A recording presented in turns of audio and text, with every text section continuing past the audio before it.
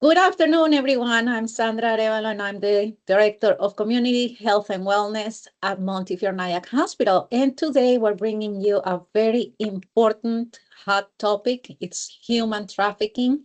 And our speaker of the day is Detective Kerry Kralek, who works at the Rockland County Sheriff's Office. And she's going to give us all the information that we want to know, from how to prevent to what to do in a case if we are ever encountered in a case like this, or if we want to help someone.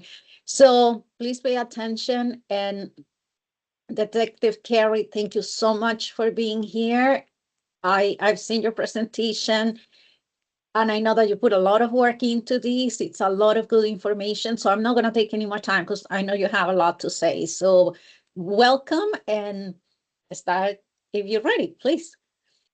Yes, thank you so much, Sandra, and thank you for having me here. I just want to apologize in advance. I have a little bit of a head cold, so I hope that my message translates well. If you have any problems hearing me or need clarification, please just message in the chat and Sandra can let me know. I've been a police officer for approximately 20 years. I've been a detective for approximately 15 of those years. I've done every type of case there is, including actually assisting the Department of Homeland Security. I was a task force officer with them. I was cross-designated with them, and I assisted them on numerous human trafficking cases, actually here in Rockland County, which I'll get into later to further explain that myth of that these things are only happening in other countries is just clearly not true. They're happening right at home amongst our towns and villages here within Rockland County and the other counties within New York. So I'm going to start. I just want to preface this presentation with that I took a multitude of information from different trainings that I have taken and other presentations that I have observed. And I took one recently regarding human trafficking, and the instructor started with this story. And I thought this story was really important. And I'm going to start with his story today. So I'm going to just read what the instructor started his presentation on human trafficking with, because I think it's a good way to segue into everything. So this instructor came and he said, the story begins, a young woman from Guatemala was kidnapped and brought to Florida within the United States by a Guatemalan native. He forced the girl to work long, grueling days in tomato fields and then forced her to have sex with him at night. Upon discovering the two together, his wife became enraged. The man, in turn, physically assaulted his wife, who then called the police. Local law enforcement initially treated the case as a domestic violence situation, which unfortunately happens when officers don't have training. But law enforcement, again, they started treating this as a domestic violence situation, but they wondered why the young, non-English speaking woman was cowering in the corner of the room. Suspecting that she could be a trafficking victim, they took her to a local domestic violence shelter. The man is currently now serving a 9-year prison sentence for kidnapping, immigration violations, slavery, and conspiracy to manufacture false documents. The young woman became one of the first trafficking victims to be granted a T visa through the Trafficking Victims Protection Act of 2000, which allowed her to stay in the United States. And I'll explain what that Protection Act does later on. You'll learn about this law and how it helps trafficking victims later on in this presentation. The real question here is, what would have happened to the young Guatemalan woman had the police not looked beneath the surface of the situation that may have appeared to be a typical domestic violence case? So what's important about this story is that we all play roles in identifying and preventing human trafficking. And it really is the things that we potentially even see on a daily basis when you take that extra step, when you ask the right questions, when you look for the identifying underlying factors of human trafficking, maybe collectively together, we can start preventing it and stopping it. So ultimately, I'll go to the next slide. What I hope at the end of this presentation is that you will have a foundation and an understanding of what human trafficking is, that we'll be able to identify the warning signs of human trafficking, identify potential victims of human trafficking, protecting yourself from becoming a victim, prevention. I know prevention is probably very, very important to our parents that are here right now. And we'll also discuss a recent headline case from Long Island regarding a 14-year-old girl who was trafficked and ultimately located, which some of you may have seen in the news lately. Okay, so what is human trafficking? Human trafficking is a form of modern-day slavery. It is the exploitation of an adult or a child through force, fraud, and coercion. You're going to see these words throughout this entire presentation: force, fraud, and coercion. Victims of trafficking are exploited for commercial sex or labor purposes. And there is a big difference between human trafficking and human smuggling, which I'll get into later. It's a big misconception of the two. And I think when people think of human trafficking, they just think of the sex trafficking portion of it, but there are multiple elements to human trafficking that is not consistent with just sex. Okay. Human trafficking is an extremely highly profitable crime. It is a violation of human rights and a denial of a person's freedom. It takes place worldwide, as well as here in the United States, and like I said before, in Rockland County. One of the big myths of human trafficking is that we think it only takes place in large cities, New York City, Houston, but it's actually happening in your suburbs and your cities and your rural towns. I told you I assisted Homeland Security a few years ago. We were in Spring Valley, we were in Nanuet, we were in New City. So these are all your local towns in Rockland County. A really scary fact is that second to the narcotics trafficking, human trafficking is tied with the illegal arms trade as the second largest criminal industry in the world, and it's also the fastest growing. So will it ever pass narcotics? I don't know, but it's pretty scary that it's the second largest criminal industry in the world. It can happen to anyone. Something that we will see throughout this presentation is that this misconception of who is trafficked, that they're generally from other countries, that they don't speak English, although that is frequent. It's not the only one. It can be anyone. One of the cases that we're going to talk about later is a middle-class 14-year-old girl from Long Island who was born here. Let me see, sorry. Okay, so who are the victims? United States citizens, persons from other countries. Again, victims can be any race, age, or gender. They all share the same vulnerability to being exploited. So that's something that's important here, right? And that's going to come into prevention later. It's about educating yourself and educating your children so that you don't have these vulnerabilities, that there aren't openings for these predators and these traffickers to get to your loved ones or to get to you. There's different types of human trafficking. This is what I was talking about before. The major ones are your forced labor and your sex trafficking, but there's also domestic servitude. So we're going to discuss sex trafficking first.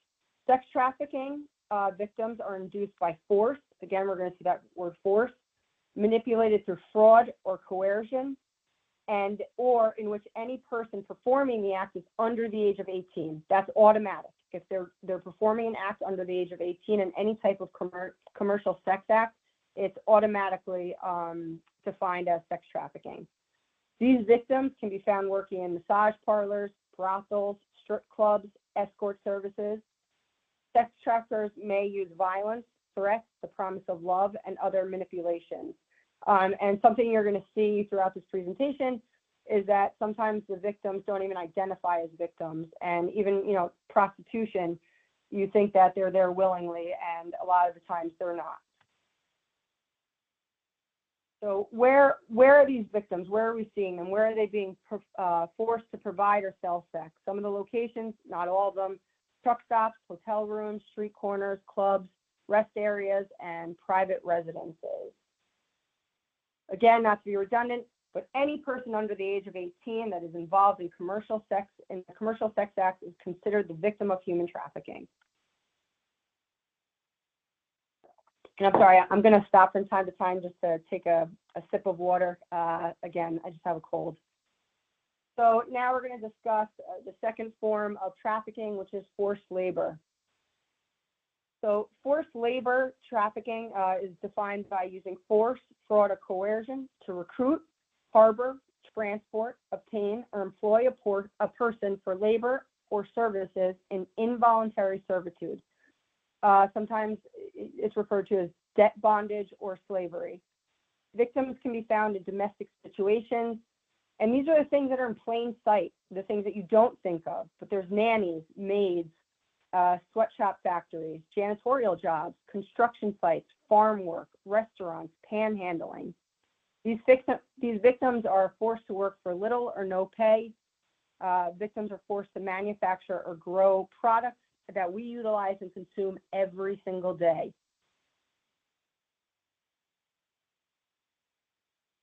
Forced domestic servitude. So this is where it's like a little bit different. And these are going to be your victims that are found in homes all across the United States. They're forced into work and they're hidden in plain sight. Again, it's your maids, your nannies, and other forms of domestic help. Traffickers will often, they'll take their identification papers. So they're basically keeping them hostage by taking their travel paperwork, their identification paperwork, and they're not allowing them to leave. Employers stop domestic workers from leaving their home. Their pay is low, delayed, or sometimes withheld completely. They will not receive any pay. Sometimes they're paid in the form of food or housing as opposed to actual money. Workers are subjected to violence or threats of violence. Workers, again, and you'll see this throughout the presentation. It keeps coming up because it's one of the forms of abuse that they do most often, which is that they will deny them of their identity documents so that they can't leave, they can't travel. One of the forms of abuse is they limit the domestic workers' contact with their family. So identifying forced servitude. So this is when, and you may see this, and it's something that you should know, because these are the things that are going to arm you in the end so that you and your loved ones do not fall prey to victims and do not fall prey to becoming a victim. And also, it gives you the ability to identify other victims and potentially prevent or stop it. So identifying forced servitude, some of the indicators, and evidence of control and lack of ability to move freely or leave their job. So you may see that the victim is constantly referring to or complying to orders, that they don't feel like that they can leave freely or act freely or speak freely, bruises, other signs of physical abuse, intense fear or depression, non-English speaking, recent arrivals. They recently arrived from Asia, Latin America, Eastern Europe, Canada, Africa, India. And again, you're going to see lack of ID or immigration documents because someone is withholding them. So we talked about human trafficking, and just so you understand, human smuggling is something very different. Human smuggling is illegal, but human smuggling is the movement of someone illegally across a border. Human trafficking, which this is a big misconception, human trafficking is about exploitation of a person. It is not the actual movement. It's not the transportation. You don't have to physically move them to charge someone federally with human trafficking. Although in these cases, they are usually generally transported across a long distance and to a different location, it is not necessary to charge them with human trafficking. That is human smuggling is the movement, the actual action of moving them across the border illegally. Again, human trafficking is force, fraud, coercion, denying a person of their basic freedoms. You do not have to move them to be able to charge them with human trafficking. So who are the victims of human trafficking? These are kind of scary statistics. Approximately 800,000 to 900,000 victims are annually trafficked across international borders worldwide. Between 18,000 and 20,000 victims trafficked into the United States annually. So just into the United States alone, somewhere between 18 to 20,000 victims. The sadder thing, I mean, it's all sad, but more than half of these victims that are trafficked into the United States are children. And what they found is that the victims are the proportion of men to women, boys to girls, are essentially equal of what children are being trafficked into the United States. Victims can be trafficked into the U.S. from anywhere in the world, Africa, Asia, India, Latin America, Eastern Europe, Russia, Canada. Many of the victims do not speak English, and this is done, purposefully as well. They're not able to communicate with service providers, not able to communicate with police. They can't ask for help. They're also afraid. They don't understand our laws. They're potentially here, they believe, illegally, so they're afraid of that as well. Within the United States, both citizens and non-citizens fall prey to traffickers. So it doesn't have to just be a non-citizen. And we're going to get into this Protection Act, and it's going to show you that they've created laws to protect people who don't have their immigration status and don't have visas here, but who are victims. And they've created things that will protect them and get them temporary status or permanent status here. And so something else that's interesting is, so their purpose for coming to the United States no longer exists. Something that you see internationally, especially, is this promise of education. These traffickers, these recruiters will go to parents and they promise that if they raise a certain amount of money, that these recruiters will take these children to the United States and they will get the best education that they possibly can. And the parents work as hard as they can. They meet that threshold of money, and then they give their children over thinking that they're giving them this wonderful life and they're going to have this bright future, and they're trafficked to the United States. And then obviously they don't get that education and they fall the victim of either labor or sex trafficking, and their purpose for coming here never actually comes to fruition. Indicators of human trafficking. So these are some things that you can look for as, clues, essentially. And, it's generally not one or two things. It's a multitude of things. But again, always look beneath the surface, ask questions, follow up. Does the person appear disconnected from family and friends? That would be a tool of abuse that they use, where they prevent them from talking to other loved ones and family members. They cut them off from everyone. Has a child stopped attending school? Has the person had a sudden or dramatic change in behavior? Is the adolescent engaged in commercial sex acts? Is the person disoriented, confused, showing signs of mental or physical abuse? Does the person have bruises in various stages of healing? That would indicate abuse over a long period of time. Is the person fearful, timid, submissive? Submissiveness is a big indicator of someone who is being forced into slavery, essentially. Does the person show signs of being denied food, water, sleep, or medical care? Is the person often in the company of someone whom he or she complies to? So that's what I was talking about before. The person will defer to their trafficker or abuser, or essentially it's their hostage taker, and they will not act freely. They will not speak freely. They will not be able to move or freely from the house or wherever they're being held. Does the person appear to be coached on what to say? You'll see that a lot in questioning victims of trafficking. They've already been told. They've been coached and informed like exactly what to say if they ever came into contact with someone that could help them. Law enforcement, medical personnel, teachers, anyone that could intervene, they've been coached what to say. Is the person living in unsuitable conditions? Does the person lack personal possessions? Again, that's going to be they're going to deny them everything, just basic human possessions. Does the person have freedom of movement? Can the person freely leave where they live? Are there unreasonable security measures?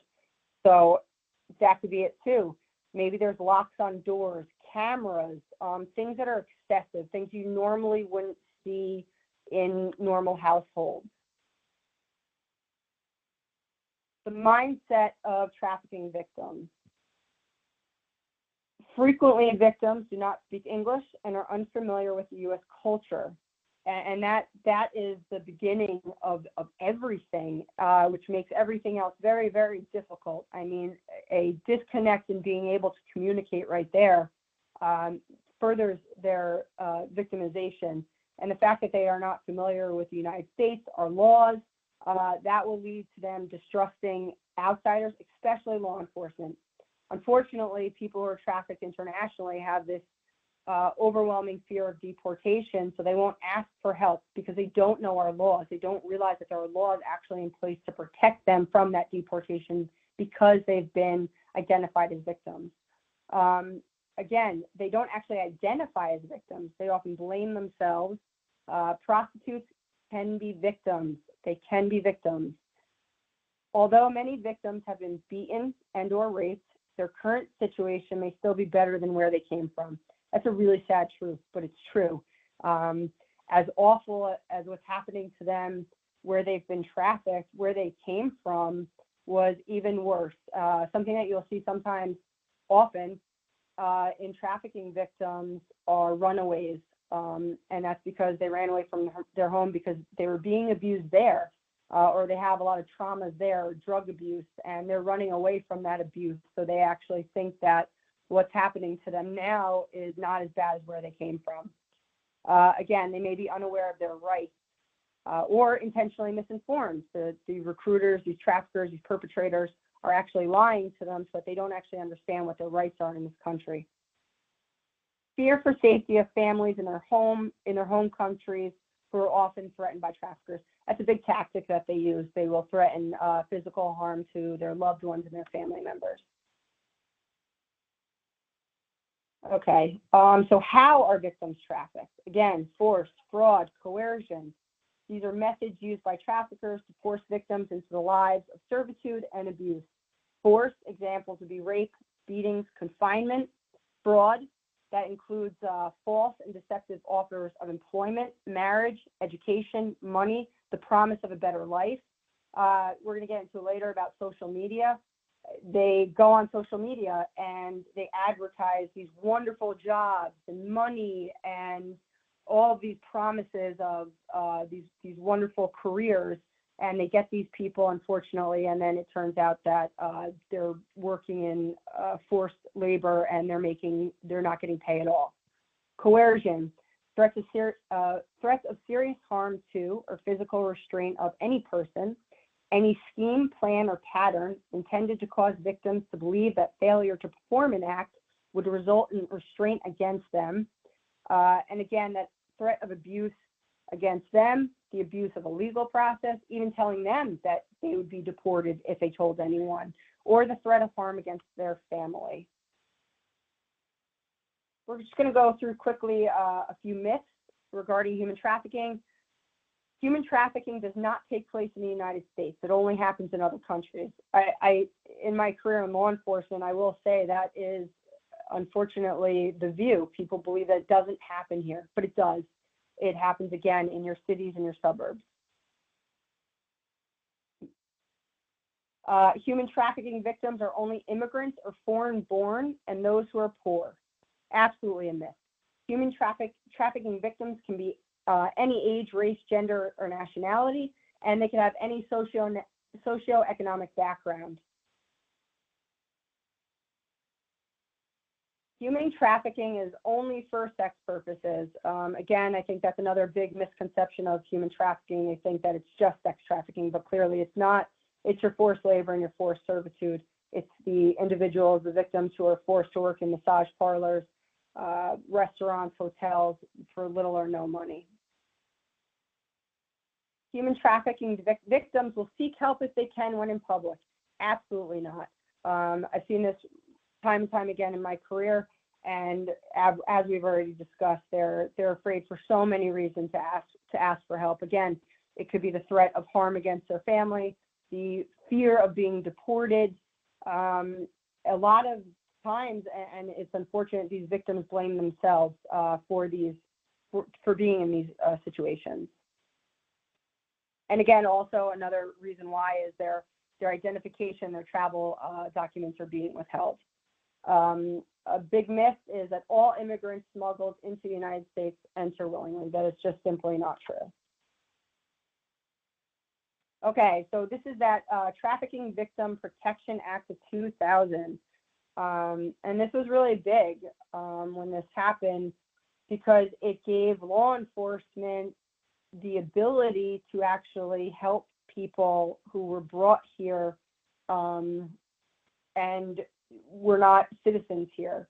So the Trafficking Victim Protection Act of 2000 is a federal law that aims to combat human trafficking in the United States and around the world. The crime of trafficking occurs with the exploitation of the victim, not the physical movement. Again, you don't have to physically move them. It's just the exploitation and the denial of the person's freedom. It is modern day slavery. This Protection Act, it protects both U.S. citizens and non-U.S. citizens, which is, again, it's a major component. It provides support for victims and established human trafficking as a federal crime. So that was huge. So now all of a sudden, human trafficking can be charged as a federal crime with such severe penalties and incarceration sentences. It promotes awareness and anti-trafficking efforts. And the most important thing, one of the more important things, is that it protects undocumented immigrants. It allows protections for these victims of trafficking and violence. It allows them the ability to get visas and stay here. So the main goals of this Protection Act was prevention, protection, and prosecution. And I highlighted in red the thing that I think is just really one of the more important components of this, and that is being able to get them a visa, certification, the benefits they need, and the services to help these victims rebuild their lives and protect them.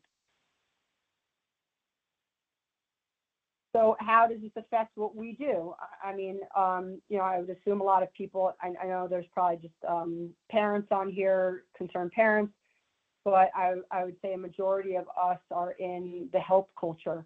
We provide, we're providers, we help people. We're all first responders. If you're medical, teachers, if you are law enforcement, we are the first line of defense. We are the ones who can pick up these identifying factors and hopefully step in and intervene and help these people or prevent it from happening. So what this Protection Act does is it gives us the ability, it created new laws for us to protect these people, and it gives us more enforcement rights. It increased prison terms for all slavery violations. It went from 10 years to 20 years now. And it also adds now the potential of life imprisonment, where it used to just be a violation. So it will add the life imprisonment if that kidnapping or that trafficking involved death, kidnapping, or sex abuse. So it just raises the threshold of what we can charge. Requires courts to order restitution, forfeiture of assets upon conviction. That's huge too. So now you're actually providing restitution to the victims from their traffickers. They have to pay them. It enables the victim to seek witness protection, other type of assistance. It gives prosecutors and agents new tools to get legal immigration status for victims of trafficking during investigation and prosecution. It's huge.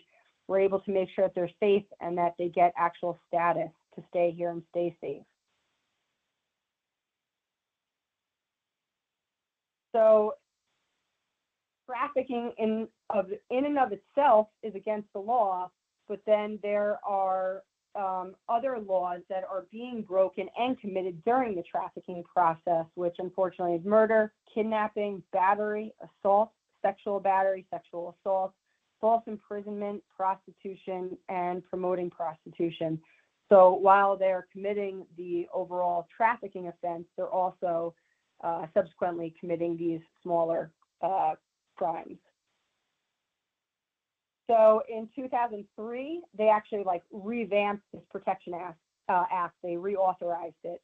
And this was, again, a big move. Federal government authorized more than $200 million to continue the continued domestic fight against human trafficking. So they threw $200 million towards this fight because I think they realized how much it was happening.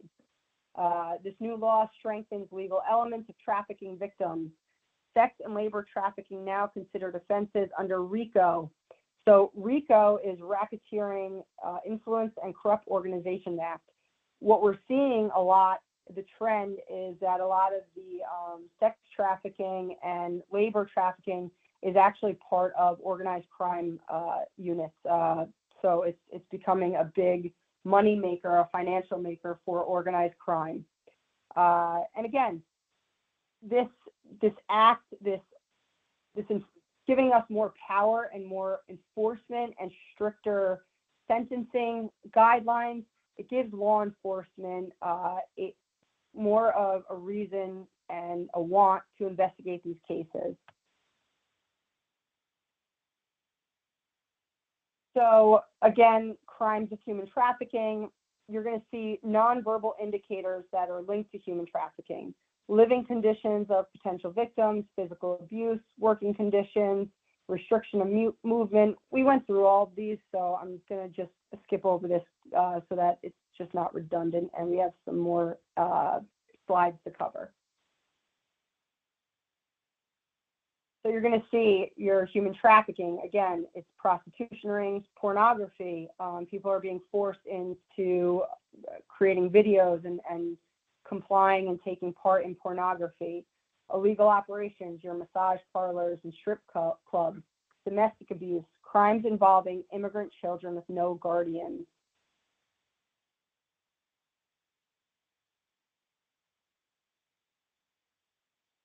There are 4 general areas that a victim needs. These are the things that trafficking victims will need immediately. Immediate assistance. They're going to need housing. They're going to need food, medical attention, safety, security, language interpretation, and legal services. Mental health assistance. I mean, as we all know, just because you rescue them from the immediate threat of danger, they are going to experience so much trauma and they have so much healing to do. So mental health is such a major component of this and these victims and these survivors. Income assistance, cash, living, and again, legal status. That's your visa, immigration, and certification.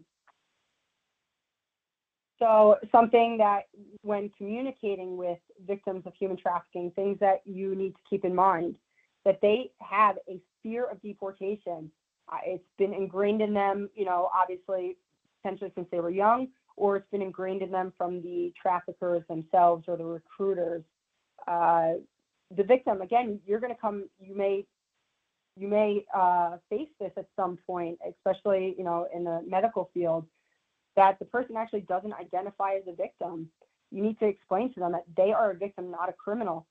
Something we do in law enforcement, especially with these illegal massage parlors and everything, we'll execute search warrants and they are victims. They are not criminals. And we have to get that message clear to them because they're afraid and they're afraid that they're going to be arrested, but that's not the case. And that's something that we have to translate to them that what's happening to them is wrong. Again, this distrust for law enforcement, this distrust for just generally anyone that is in a position that can help them. Unaware of rights. They don't know their rights. They don't understand that they're being abused and that they have the right to live without being abused.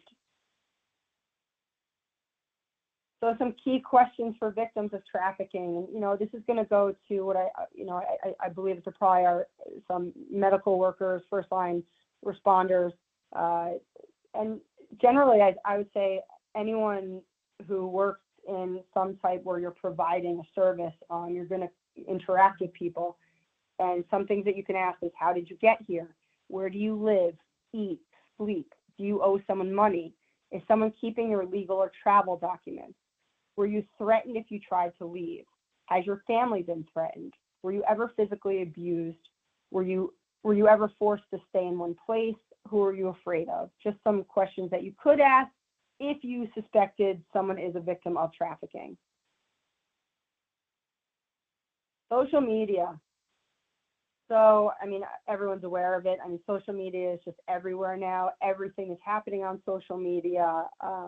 Something that I highlighted and underlined is that the internet has drastically changed how we buy and sell things. But this also includes buying and selling people, unfortunately. Social media has been used by traffickers now to recruit victims, and it has multiplied. It's given them a worldwide venue and platform now to recruit and seek out victims. So they're multiplying their trafficking operations, and it's given them an ability to control their victims. One of the positive parts, I don't want to completely destroy social media though, is that it also simultaneously allows for a mechanism for survivors to reach out for help and to support, to build support networks and give them a community to engage with one another. So social media in terms of recruitment, online recruitment has existed for a very, very long time. And again, I was talking about it before, it's a worldwide platform. It gives people access into people's homes that they normally would never have access to. The National Human Trafficking Hotline has recorded recruitment in all types of sex labor trafficking on social media platforms. Some of the platforms that they see frequently is Facebook, Instagram, Snapchat, Kik, Meet Me, WhatsApp, and a lot of dating sites like Tinder, Grindr, Plenty of Fish. I would say we're probably all familiar, if not with all of them, certainly some of those. And I'm sure some of your children use, if not all of them, I would say probably half of them on a daily basis. We, as adults, probably use half of those on a daily basis. Traffickers may build an intimate relationship. So they're utilizing these platforms to build these relationships. They start small, and then they build and build and build. And it's a grooming process. And something that when we get into prevention is that you'll be able to identify some of these tactics and hopefully prevent it.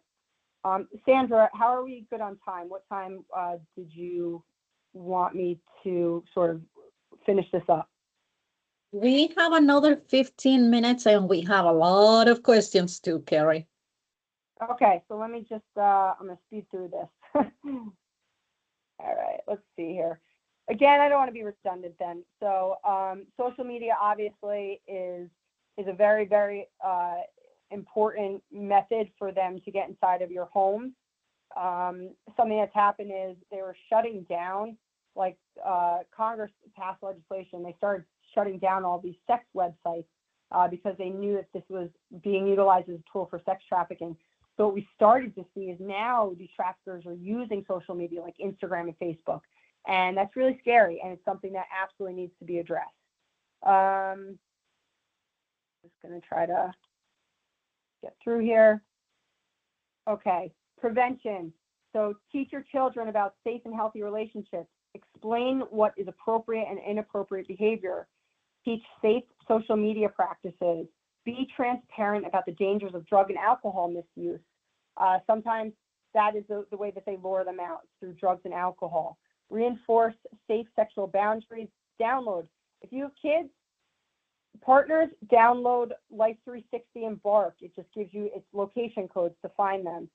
Again, recognize the signs of trafficking and sudden behavior changes. Educating yourself, you're doing it right now. Educating yourself to be able to recognize the signs of exploitation can help identify victims. It can also prevent you from becoming a victim and your children. Educating your children, again, and educating them about social media and the safety of social media. Monitoring your children, monitor their accounts. I tell my brother and sister all the time about my nieces and nephews. You're the parent. You should be monitoring, see how they're making friends, who their friends are they meeting people? That's definitely a big thing to do in terms of prevention. Setting strict privacy settings, being wary of strange friend requests and not oversharing. Again, it's all of your, lock down your social media accounts and your kids' social media accounts. Talk to your children. Talk to them about social media. Talk to them about the dangers of social media. kids playing live video games, and they're communicating with people all over the world. And a lot of these people that they're communicating with, you think they're playing a video game, but they're actually talking to a child pedophile or a trafficker in another country, trying to engage them and groom them and lure them out. Again, I just touched on this. That's the gaming portion of it, because again, you're interacting with people all over the country, all over the world. And your kids think that they're playing games, but they're not. They're being groomed. Again, this is just saying, paying attention to your children, change behaviors, that kind of thing. Are they isolating themselves? Make sure that your kids have safe adults in their lives, and that they know that they can come and confide in you without judgment, and that they feel safe to confide in you or other adults. If you're dropping your children off at activities like sports or after school events, make sure there's a delegated safe parent there. Or you could set up a community things with these type of events where like one parent or two parents are going, and they take turns just sort of monitoring these events, and they're monitoring the coaches and the teachers. We think we can trust these people, but sometimes, unfortunately, there are predators in every single walk of life, even in law enforcement. No one is immune from it. Just a really quick one, I highlighted it. Your computers, your laptops. We live in a digital age. We have computers everywhere in our house. We have iPads, we have cell phones. There is a camera mechanism on that. COVID has changed the way that we interact in general now. We're using Zoom and Google. Cover your cameras. So people can hack into your Wi-Fi. I mean, it does happen, and I'm not trying to scare people. I'm just trying to educate you. If they're able to get into your Wi-Fi, then they can access some of your cameras in your house. So if your children have laptops with the camera on it, put a piece of tape over it, put a sticker over it. Just hide that camera when they're not using it to communicate via Zoom or Google. Sorry, I'm a little bit behind on a couple of slides here.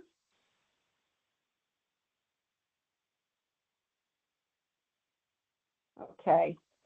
Again, because I know we have a few more minutes, so just very quickly, set strict privacy settings. Consider setting your accounts to private and turn off your location sharing on posts. Be aware of strange friend requests. Only accept friends or follow requests from people you know. Traffickers have reached out to strangers to chat in the private chat, so be aware of that also. Don't overshare. Everything you put out on social media, it's a public domain, so it can be captured and then potentially used against you in the future as blackmail. And I'm talking about potential, nude photos, that type of a thing that you think you're sharing privately, but someone is intercepting them. Beware of advertisements that seem too good to be true. It's what I was talking about before. Models, that kind of a thing. They do it all the time. If it looks like it's too good to be true, it probably is. And they're not going to have a lot of the details of the employment and the terms of the employment. Flag it, don't share it. Stay vigilant online. Report any suspicious activities. Don't be afraid to block. Block. If you see people all of a sudden on your social media accounts, your kids' social media accounts that don't belong there, block them. You can Google any of these social media platforms. It's a quick Google search of how to block them and how to report them. Facebook, Instagram, it's very, very easy. They all have the ability and the mechanism to report potential predators online. So just to wrap it up, this was a case that has happened recently. It happened from December to January, and I just wanted to conclude with this. This was sort of an evidence of success. I don't know if you're familiar with this case, but so in Islip, New York, 14-year-old Emery Gervasi goes missing on December 9th, 2024. She was last seen leaving her house without a jacket or shoes on and getting into a black car around 5 p.m. Her father, Frank, and stepmom said they had no idea if their daughter had gone anywhere or if she was with anyone. According to her father, she went out to the car to look for something. She wasn't wearing any shoes, and it was pouring rain. They didn't think she was actually going anywhere. The father shared that his daughter had struggled with drug abuse, and at the time, she was wearing an ankle monitor bracelet. And what we talked about and we've seen, right, this grooming process, choosing your victims. A lot of these victims, they're going to have the same, they're going to be vulnerable for some reason. And maybe it's because they have been victims to abuse as a child. They are victims of addiction to drugs or alcohol. And these predators will focus on them and select them as victims because of that. And then they utilize that against them. She did have a monitoring bracelet on that had been cut off right near their home after she disappeared. The family, and this is the proactive stuff, the family offered a $14,000 reward. Suffolk County Police opened up an investigation. Frank Gervasi has searched every day for his missing daughter, posting videos, updates. He was all over social media, begging the community to help and keeping awareness. Just a picture of his 14-year-old daughter and the father. The father actually receives a tip that his daughter is aboard a boat. And shortly thereafter, the daughter was located aboard a boat in the marina at the White Cat Marina in Islip. The first suspect was arrested. It was a 64-year-old man. He was charged with kidnapping on January 6th. He owned the boat that she was discovered on, and he actually planned on, through confessions, that he was planning on shipping her to the Carolinas before his arrest. Later, shortly thereafter, they arrested a second suspect, a 47-year-old man. He was charged with second-degree rape, endangering the welfare of a child, 3 counts of criminal sale of a controlled substance. Bail was set at $500,000 with $1 million bond. They both pleaded not guilty. And night previously, again, you're going to see they have a criminal history, a lot of these guys. The person who picked her up at my house, this is the father, stated he removed the bracelet, and again, unsavory characters did what they did with her, and she was already under the influence of drugs. You'll see that a lot with these victims. They're being pushed and pumped full of drugs. They go hand in hand. But the good news is that she was located within a fairly quick amount of time. It was a few weeks. She is safe, and now she is in a facility getting the help she needs. And the individuals who took her, we hope, will be brought to justice. These are just some contact numbers. If you suspected anyone of a victim of trafficking, these are the phone numbers and the hotlines that you can call. You can also call your local jurisdiction, your local police department. These are the resources that I used to compile this presentation. They're really good resources, and it's worth taking a look at them in your spare time. So that is essentially the presentation. I'm sorry that it took so long. So I'll do my best to answer your questions, and if I can't, I'm going to go back to the first slide where you have my email number and my cell phone. Feel free to contact me if I can't answer your questions right now. So Sandra, I'll open it up to you. Yes, thank you so much, Detective Carey. This was very informational. I told you yesterday when I was revising your slides, I said, oh my God, this is very important and at the same time very scary. And I think that people who have joined us today might agree with me. And yes, we do have a lot of questions, so I'm just going to go over the most relevant because some of them you answered already throughout your presentation. Do any of the Rockland Police Departments have specific officers assigned to investigate human trafficking? So the federal agencies, they all do. They will have human trafficking units. That's who I assisted. They are wonderful. I specifically worked with Homeland Security, but the federal FBI, they also have human trafficking units. And your local law enforcement officers will have training in human trafficking and how to identify it, and they will be able to enforce it as well. So yes, in both agencies will have that. Yes. Mm-hmm. What is the statute of limitation? So it's a hard question to answer because there are so many factors. Like there's murder, kidnapping, like all those subsequent crimes, they don't have statute of limitations. So I think it really depends on specifically what the circumstances are. Mm. How can school districts But remain but aware? Mhm. Sandra, I just want to add this though. Yeah, go Even ahead. if you, even if you're concerned about a statute of limitations, if you suspect something, report it. Let law enforcement figure that out. Absolutely report it, no matter what. I don't care if it happened 15 years ago. Report it. Okay. Hmm. Yeah, that's a good one. How can school districts remain aware and become proactive?